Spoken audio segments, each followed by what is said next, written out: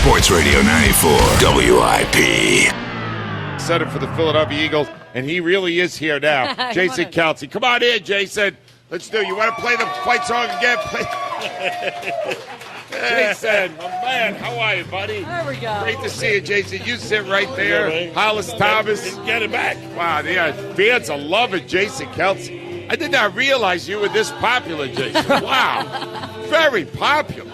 E-A-G-L-E-S, Eagles. Jason, how are you? Thank you for coming out here today. How you doing? Oh, no, absolutely. I got a chance to come out to the beach right before training camp gets going, so this is thanks for inviting me. Well, we're thrilled to have you here. Obviously, I was asking Hollis before when you started training camp. We as fans can't wait to get started because we love football. What's it like for a player? I think everybody gets like a natural excitement right before training camp gets going. You want to get there, right? Get with the guys, get out there. But about 3 or 4 days in, I think that excitement has dwindled. Right. And especially with the heat that we're dealing with this summer, this is going to be a pretty brutal one for us, I feel like. And it's altogether different because there's a brand new coaching staff, right? Yeah. How does that impact you guys? Well, I think that leads to even more excitement. Anytime you're going into like a new environment, you're anxious to figure out how this is all going to work. And obviously, I was here with Andy Reid, and I'm assuming it's going to be pretty similar to that as it's been so far. But Doug always has like his little own flavor that he's going to bring to it. Obviously, every head coach does. And, mini camps and OTAs are really good for us. And I'm looking forward to getting here, training camp, get some of these preseason games out of the way, and then getting rolling there. Why wasn't the run blocking more effective? It had been in previous years.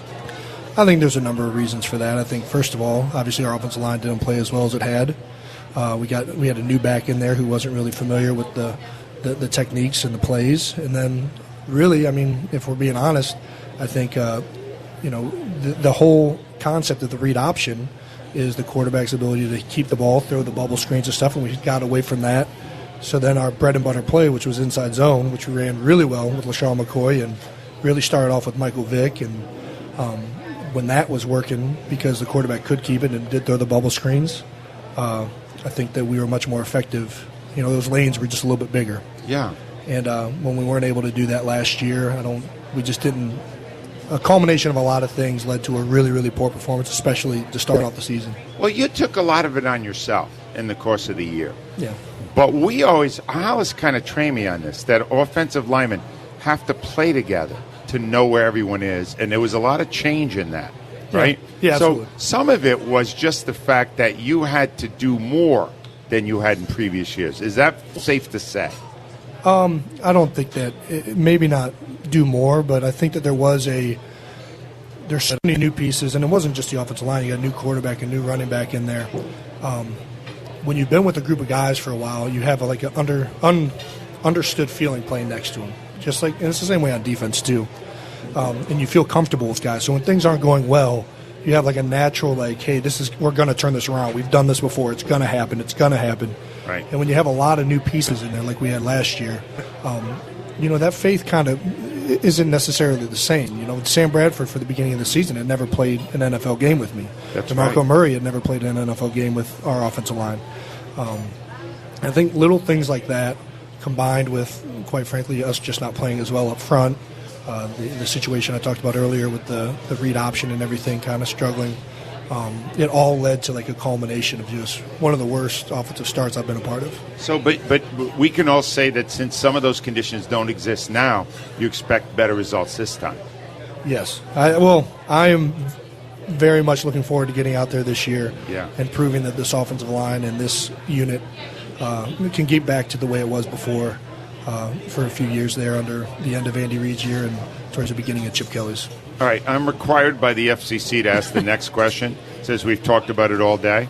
Information, Doug Peterson said over the weekend that Carson Wentz, at this moment in time, will not dress for any of the games this year unless there's an injury at the position. We really would like to see him play. You have seen him play, in fact, right? I have seen him play, yes. Well, not in a live situation, but... Right. Do you think that at some point this year he would be ready to contribute to the offense? That's a question that I can't answer, to tell you the truth. I'm not great at evaluating quarterbacks. I'll tell you this. I think first of all, Carson Wentz has an outstanding mentality right now. He shows up ready to work, and he has that humbled, mentality that you want out of a first-round pick. You don't want a guy that comes in thinking he knows everything, but at the same time he's competitive.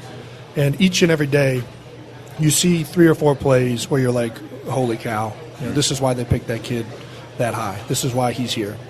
And then you see 2 or 3 plays where it's like, well, maybe he isn't quite ready to be out there just yet. Yeah. And if you look at the Doug Peterson situation with Donovan McNabb, I think you see a lot of carryover to the situation we have right now with Sam Bradford and Carson Wentz. And I think that everybody would agree that the Donovan McNabb situation worked out for the best for the Eagles for a long time. 11 years. So I think this is me reading into it. I haven't talked to the Eagles about this, but I think that there is a strong feeling that a lot of first-round quarterbacks fail because they are thrown into bad situations too early in their career. And it shell shocks them for whatever reason. They never rebound from it. So I think the feeling is that let's let Sam Bradford go out there. He's ready to play right now and win us games. Carson Wentz eventually will be ready to go out there and win us games. But why throw him in there early and get him off to a bad start? Why not let him understand the whole offense, understand the speed of the game, understand the NFL, and put him out in a situation where he's ready to win now? And so his confidence in everything is a lot better. So great answer.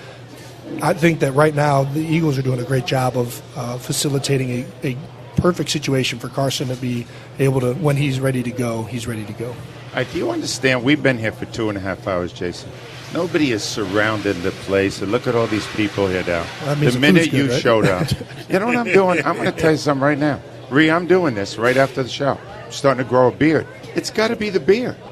They love the guy. Look, they love the guy. About Look 30 to years younger, more athletic, better personality. I don't know. Do you want me to stop anytime? No, that's probably you. Probably covered it well there. And there's no way you can grow a beard like that. No, I know I can. That's a beautiful beard. We talk to you every week, but we don't get to see the beard. That's a man's beard. I'd have little splotches all over. It would work. 888-729-9495. I'm sure a lot of people want to be with you and take selfies and do all. What do you like better, a selfie or an autograph? It doesn't. Whatever the fan likes more. I just like, very fan friendly. Yeah, I mean, I appreciate. I was a fan growing up in Cleveland of all Cleveland Browns, Cleveland Indians, Cleveland Cavaliers. There we go. Right. You're very finally. Congratulations. Right. All right. Congratulations. I'm very much a Philly sports fan now, but I was that fan one time asking for autographs and wanting to meet the players, and I feel like I have a duty to connect with fans and make their experience better so that they in turn appreciate me as a player. And well, you're awesome at it. I've been around long enough to see you're one of the people who have done that and understood it from day one. You really have. Jason Kelce, we'll be hanging with Jason for a while. People here will be greeting him. If you're in the area, we might have a little roof for you in the back. Come by. It's 86th Street in Landis, right in Seattle City. Jason Kelce, a week before the opening of Eagles Training Enjoy Camp. your last week of freedom. WIP Sports Time right now is 8:30.